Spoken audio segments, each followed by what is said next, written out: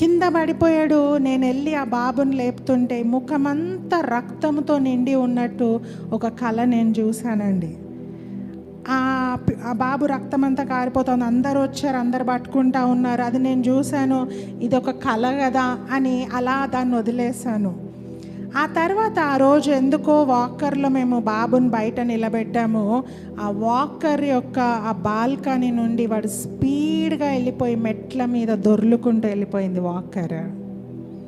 ఆ మెట్టు యొక్క షార్ప్నెస్ ఇక్కడ కట్ అయింది. ఇప్పటికీ వానికి మార్క్ ఉంటుంది, ఇక్కడ కట్ అయిపోయి బ్లడ్ అంతా కారిపోతుంది. నేను అక్కడే ఉన్నాను, ఒక అమ్మాయి ఉంది హెల్పర్, అందరం అక్కడే ఉన్నాం. కానీ అలా అనుకోకుండా ఆ సంఘటన జరిగింది. ఆ బాబుని ఎత్తుకొనితే ఆ బ్లడ్ అంతా ఇదంతా ముఖం కారిపోతూ ఉంటే నేను అనుకుంటున్నాను, ఇది నేను ఎక్కడో చూశాను.